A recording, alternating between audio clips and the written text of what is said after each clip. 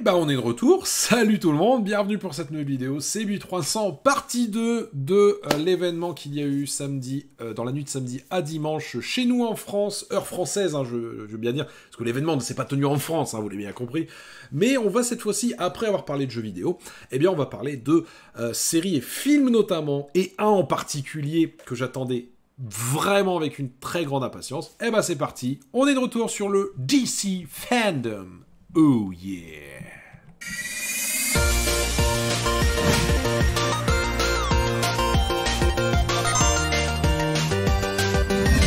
Bon là à mon avis ça va être la fête, hein, des droits d'auteur et tout ça, parce que forcément là maintenant vu que c'est film, série, Warner il va se faire plaisir sur la vidéo à flaguer dans tous les sens, ça va être sympathique. Et on va commencer par le commencement, un film qui est attendu, alors qu'il est déjà sorti. Bon, je troll un petit peu évidemment parce que vous allez me dire, non bébé, c'est pas vrai, c'est pas le même. Et en effet, non, c'est pas le même. Enfin, en tout cas, ça ne sera pas le même, puisque en l'occurrence, eh bien, Zack Snyder nous a teasé pendant de longues semaines pour enfin nous dire, vous verrez mon Snyder Cut pour la DC Fandom. Et j'ai envie de vous dire, tant mieux, parce qu'en effet, alors.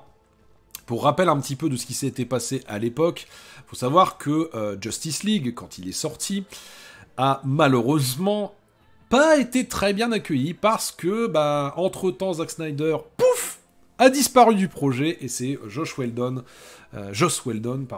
qui a,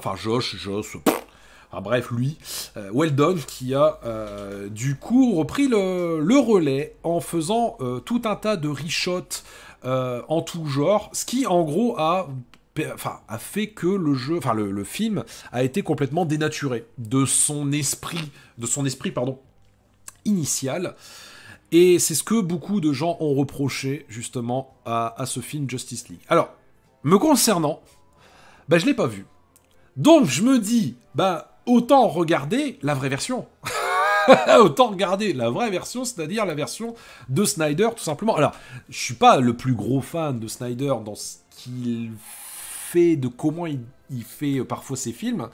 N'empêche, il y a parfois des choses qui sont très très très appréciables. Et je me souviens notamment, je crois que Man of Steel, c'était lui. Hein. Il me semble que Man of Steel, c'était Snyder. Enfin, c'était génial, quoi. C'était génial. Franchement, on se prenait des claques comme en veux-tu, en voilà. Mais je trouve que le fait de faire la Snyder Cut et de dire, voilà, nous, notre vision, c'était celle-là, avec notamment le fameux costume noir de Superman, pardon. Je trouve que c'est bien. Après, est-ce que ça va changer réellement la qualité du film ? Je ne pense pas. Je ne sais pas. Après, je peux pas vous en dire plus, parce que, encore une fois, je ne l'ai pas vu. Mais définitivement, le fait qu'il existe ce film et qu'il soit la vraie vision du réalisateur, ça me plaît. Et on va en parler d'ailleurs pas mal de fois de cette fameuse vraie vision du réalisateur, parce que évidemment il y aura pas mal de choses à dire ici et là. Ensuite, on a eu notamment des informations sur The Flash, avec donc le fameux trailer de la nouvelle saison. Et je voulais revenir un petit peu aussi là-dessus, puisque nous avons eu quelques annonces qui ont été faites à droite à gauche, avec notamment la possibilité de voir un certain Ben Affleck et même Michael Keaton dans un rôle qu'ils ont bien connu. Et ça me fait plaisir. Ah, le Chevalier Noir avec Michael Keaton et Ben Affleck... j'ai envie de voir. Clairement, j'ai envie de voir, ça c'est sûr et certain. Alors après, la série The Flash, j'ai pas plus regardé que ça. Je sais qu'elle a ses adeptes, elle a ses adorateurs. Il me semble d'ailleurs, alors je sais pas, faudra me dire vous si vous avez des infos là-dessus, mais il me semble que dans cette série, on a vu aussi l'ancien Flash. Donc c'est-à-dire celui de la série... oui, voilà, il est là, je crois qu'on vient de le voir. De l'ancienne série d'il y a très très longtemps, que je regardais quand j'étais plus petit, et que je trouvais ça très sympa. Voilà. Donc peut-être que ça me donnera envie de revoir cette série-là, Flash, et peut-être d'essayer de m'y intéresser un peu plus. Pourquoi pas. Mais voilà, ça fait partie là aussi des choses qui ont été montrées et qui vont permettre, pourquoi pas, après, de pouvoir peut-être aussi vous rassurer et vous donner envie. C'est pas impossible. On a eu autre chose aussi concernant, eh bien cette fois-ci, là encore, The Suicide Squad. Définitivement, c'est compliqué à dire. Définitivement, c'est compliqué à dire. Avec donc, eh bien, alors, ce qu'on pourrait appeler Suicide Squad 2, hein, après, à voir comment ça... Réellement, ils vont adapter le truc. Alors, il me semble que c'est James Gunn hein, qui va s'en occuper. Qui a l'air là aussi de partir dans un délire bien... Alors après, est-ce que le délire, justement, va être encore plus orienté folie ou quoi que ce soit que ne l'était le premier film? Peut-être, je ne sais pas. En tout cas, il y a cette volonté de vraiment se rapprocher notamment du comics, avec ce côté comics qui va être présent. Moi, encore une fois, j'attends de voir. J'attends de voir ce que ça va donner. J'ai jamais... je le redis, je suis pas un gros fan de Suicide Squad. C'est quelque chose que j'ai du mal, en fait, à me mettre dans la tête, dans le côté un peu délirium, quoi que ce soit. Par contre, Peter Capaldi, là ici, ça, c'est quand même sympa. Il y a du beau monde, hein. Il y a du très, très, très beau monde, et ça, franchement, faut quand même le dire. C'est bien aussi pour donner envie aux gens de voir. Et puis il y a beaucoup de super-héros. Oh, Nathan Fillion, je l'avais même pas vu. Ah punaise, j'avais même pas vu qu'il allait être là aussi. Énorme ici. Bon, bah c'est bien, tant mieux, ça fait plaisir. J'avais même pas fait gaffe. Bon, bah écoutez, pourquoi pas. On en saura, je pense, certainement plus. Il y a du beau monde. Il y a même John Cena.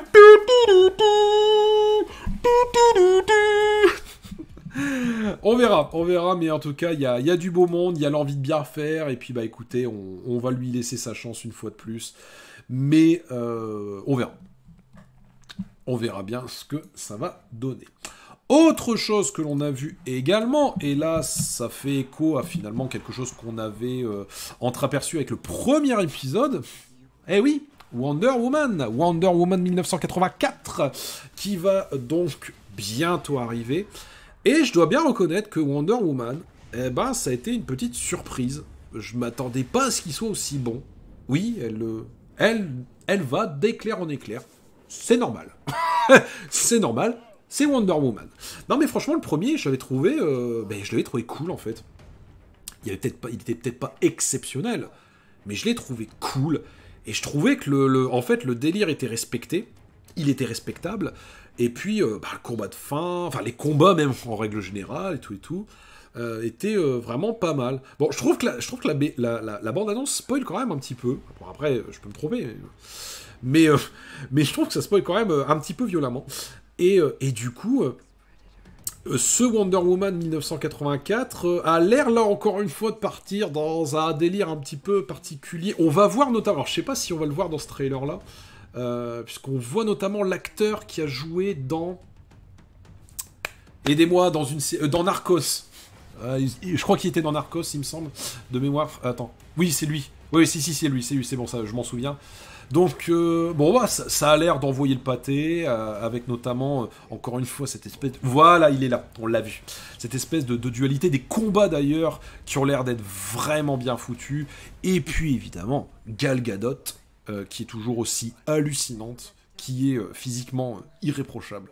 Je suis amoureux, merci beaucoup.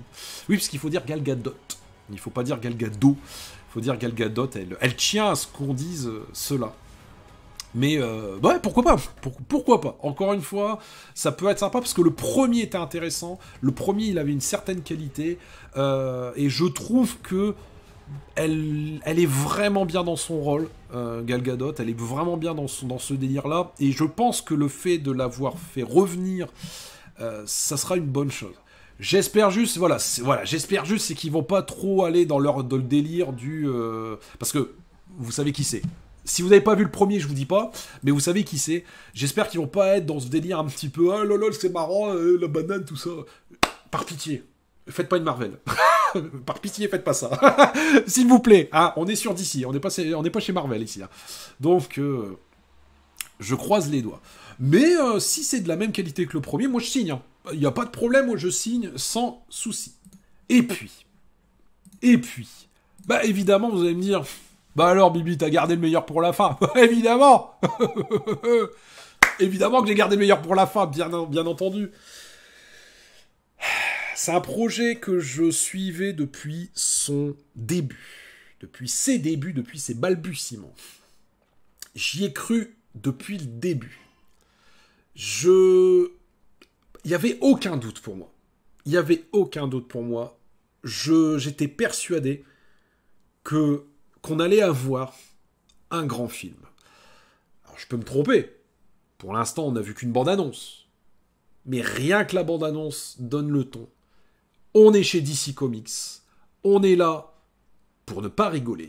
On est là pour mettre des ambiances de ouf, de taré. On est là pour développer les personnages. Eh ben, c'est ce qui se profile avec The Batman. Et là, voilà, enfin on a eu un premier avant-goût du prochain film de Matt Reeves, qui, notamment en rôle éponyme, en rôle principal de Bruce Wayne Batman, eh bien, il y a Robert Pattinson. Oui, Monsieur Twilight, évidemment, mais ce serait quand même incroyable de simplement dire que Monsieur Twilight, alors qu'en fait, il a fait plein d'autres films, tous plus intéressants les uns que les autres. Le dernier en date, d'ailleurs, en tout cas, il joue dedans, c'est Tenet, qui d'ailleurs, lui aussi, va bientôt arriver au cinéma, enfin, que j'ai hâte de voir. Et, bah voilà. En fait, quand j'ai vu le trailer, c'est simple, j'ai eu des frissons de ouf, parce qu'en fait, ce que je vois là, c'est définitivement ce que doit prendre la direction des films DC Comics. C'est-à-dire laisser déjà carte blanche au réalisateur de faire ce qu'il veut avec sa vision. Après, on jugera évidemment le film sur pièce, s'il est bon ou pas bon. Mais d'ores et déjà, moi ce que je vois là, c'est que déjà l'ambiance a l'air d'être complètement folle. Complètement déglinguée et tarée de chez taré, avec un truc qui est ultra pesant, qui est d'ailleurs aussi un semblant de réalisme certainement voulu et orienté par la trilogie de Nolan, hein, très certainement. Moins dans le délire des films de Schumacher, pour ne citer que lui. Et là, cette violence, regarde ça, et là, et là même au sol, oh là, c'est incroyable. Et là, il dit, I am vengeance.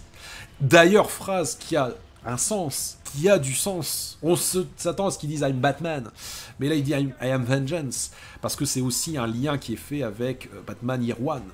Donc j'ai trop hâte. Putain, je vois ça, je revois le trailer, putain, j'ai encore des frissons, c'est un truc de fou, parce que là, clairement, c'est ça que je veux. C'est ça que je veux. Batman, c'est pas un truc où tu vas rigoler tous les 107 ans. C'est pas un film où tu vas passer ton temps à claquer des vannes tous les 5 minutes. C'est aussi pour ça que moi j'ai beaucoup de mal avec les films Marvel, parce que j'ai l'impression que les films Marvel se ressemblent tous. Je suis peut-être méchant ou méprisant vis-à-vis des films Marvel, mais définitivement Marvel, enfin les films Marvel en règle générale, c'est la définition même du film très grand public. C'est un film popcorn, ça va être apprécié de tous, mais ça va rien développer. Et moi, ça me fait chier. Ça me fait chier parce qu'il y a plein de personnages à vraiment bien développer. On se souvient notamment, par exemple, de toute la saga de Sam Raimi de Spider-Man, même si on reviendra sur le troisième un jour, qui était comme ça. Notamment pour avoir déglingué Venom en 10 minutes. Mais bon, le problème, c'est que c'est pas Sam Raimi. Sam Raimi voulait pas le mettre. Voilà, ça, on le rappelle, hein, c'est pas de sa faute. Hein. Malheureusement, il a fait ce qu'il a pu. Bon. Mais définitivement, il y avait un truc dans les films de Sam Raimi, voilà. Mais un truc qui n'était pas, qui sentait pas le Marvel avec les blagues toutes les 5 minutes. Bon, hormis certaines scènes, soit. Mais quand j'ai vu Logan, j'ai fait, bah voilà, Logan, c'est ça que je veux comme film. En fait, c'est des films où on rigole pas. C'est des films où la violence, elle est là, elle n'est pas feinte.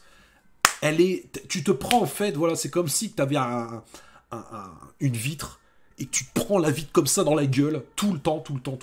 Parce que c'est ça aussi la représentation de la noirceur des comics en règle générale. Et je trouve qu'on ne le fait pas assez. on ne le développe pas assez. Et on a vu ce qui s'est passé quand DC Comics a voulu une orientation un petit peu grand public, voire même très grand public, en balançant de la vanne à droite à gauche. Venom, certes, Venom, pourtant Dieu sait que je l'attendais ce film, hein, parce que Venom, j'adore le personnage de Venom. Et encore, je dis d'ici, mais vous avez compris ce que je voulais dire par rapport à Venom. Mais Venom, c'est l'exemple même du film qui devait être noir, tu vois, qui devait être dur, qui devait être violent, quoi. Et là, ouais, ok, ils ont voulu faire un truc avec un peu trop d'humour. Bah non. Non, ça ne marche pas, les gars. Pourtant, ça fait un succès au box-office, tant mieux, mais c'est pas ce que je recherche. C'est pas ce que je recherche d'un film de super-héros. Et là, j'englobe tout le monde. DC, Marvel. Évidemment. Et puis, on a eu Joker. Joker, claque magistrale. Bon, déjà parce que ce n'est pas un film de super-héros, il est toujours bon de le rappeler, mais surtout parce qu'on a laissé libre interprétation au réalisateur. On lui a dit, vas-y, fais-toi plaisir, mec. Carte blanche. Et on a l'un des plus grands films de tous les temps. L'un des plus grands films de tous les temps. Pas un film de super-héros, mais l'un des plus grands films de tous les temps. En tout cas, de mon point de vue, il est dans le top 10 largement. Largement. Et puis, bah voilà. On a donc ce fameux Batman qui va arriver. Et bah ouais, j'ai qu'une hâte, c'est de le voir. J'ai qu'une hâte, c'est de le voir. On voit un Batman, Bruce Wayne, torturé, qui ne sait pas vraiment finalement pourquoi il fait ça, dans quelle idée il fait ça. Est-ce que c'est la bonne direction? On le sent qu'il se pose des questions, on sent qu'il n'est pas encore sûr de lui. Toute la partie qui va notamment être orientée autour du Riddler, moi, me fait très très plaisir. Il parle notamment, on l'entend, hein, il parle de justice, il parle de blind eye, de mensonges, lies même, les mensonges. Donc je pense que s'ils ont bien travaillé le personnage, ça pourrait être très intéressant justement de le voir à ce niveau-là. Et bien sûr que ça a l'air très convaincant, et bien sûr que ça a l'air intéressant. Et je pense que d'avoir notamment aussi donné un petit... Alors, je sais pas si vous allez le ressentir comme moi, mais il y a un côté The Crow, qui est présent dans ce trailer, et que je trouve fabuleux. C'est pour ça que je vous dis qu'il a quelque chose. Ce trailer, il a quelque chose. Il a un truc que les autres n'ont pas. Voilà. Et puis, Robert Pattinson. On est déjà en train de lui tomber dessus parce que Robert Pattinson, Batman, bon, comme d'habitude, hein, les fanboys extrêmes qui sont jamais contents. Mais n'oublions pas que Michael Keaton s'en est pris plein la gueule. C'est un des meilleurs Batman. Christian Bale en a pris plein la gueule. C'est un des meilleurs Batman. George Clooney s'en est pris plein la gueule, mais il a fait de la merde. Donc ça, on le sait évidemment. Pareil pour Ben Affleck. Ben Affleck, il en a pris plein la gueule. C'est un des meilleurs Batman. Enfin, je veux dire, tous les gens qui ont fait du Batman en ont pris plein la gueule. Donc, ce qui va se passer n'est que la simple logique des choses. C'est qu'en fait, Robert Pattinson sera très certainement un excellent Batman. Très certainement. Et en tout cas, il sera différent des autres. Et moi, c'est aussi ça que j'attends de ce fameux Batman, de ce fameux film. Ce que j'attends aussi, c'est qu'il soit différent. Et qu'il ne soit pas que simplement pompé sur les autres, mais qu'il ait sa propre direction, sa propre voix, son propre esthétisme, sa propre direction artistique, et tout simplement qu'il soit respecté dans la direction voulue par le réalisateur. Et j'espère qu'elle sera hautement respecté. À la musique, on aura Michael Giacchino qui fait de très bonnes bandes son. Bref, j'ai trop hâte. J'ai trop hâte. Voilà, c'est simple, j'ai trop hâte. 2021, ça va être long. Ça va être très long. Ça va être long. Ça va être très très très long. Mais je lui fais pleinement confiance parce que ce que j'ai vu me rassure totalement. On sent déjà l'âme qui est présente. Et ça, c'est le plus important. Allez, merci beaucoup, des bisous, et à très bientôt pour de prochaines aventures. Paix, sérénité, force et robustesse, et vive le cinéma. Salut, salut!